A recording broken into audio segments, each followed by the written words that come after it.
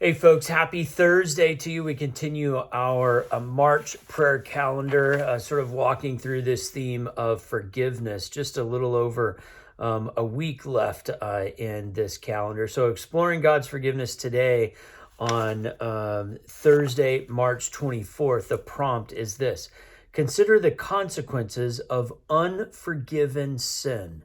Consider the consequences of unforgiven sin. And the passage is Matthew 25, 31 through 46. It's quite a famous passage. It's a little bit of a long passage. I'm going to invite you to just hit pause here for a moment and go and read that passage.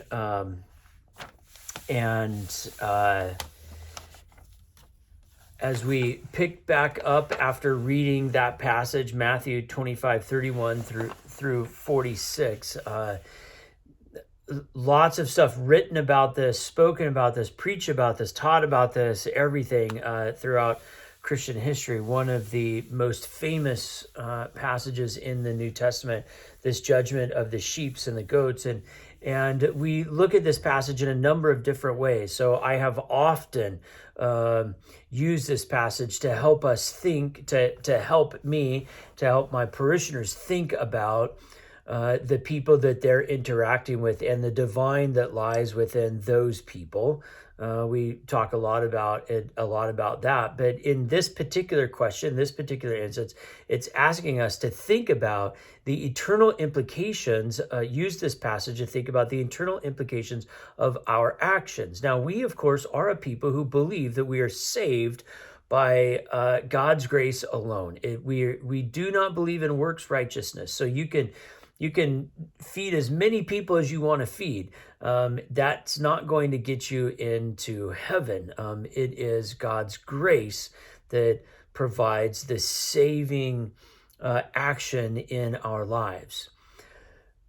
But what should happen, though, is that as recipients of that grace, we become filled with God's presence and spirit in such a way that grace then becomes a natural outpouring of our lives, the inpouring of the Holy Spirit and God's presence, the outpouring of this grace to the world around us. And so the fruits of God's saving action in our lives is our behavior. Now, in this passage, people, it seems clear, if you do this, you're getting into heaven. If you do this, you're not. That there's a way in which we can lose our salvation, that there's a way in which our behavior does weigh in our salvation. Long historical Christian arguments here. For me, the important thing always is understanding that I'm saved by the grace of God, and that I am called to live a certain kind of life by God. And so whether I'm saved or not, how all that works, my goal is always to try to be molding my life to be more like God. And so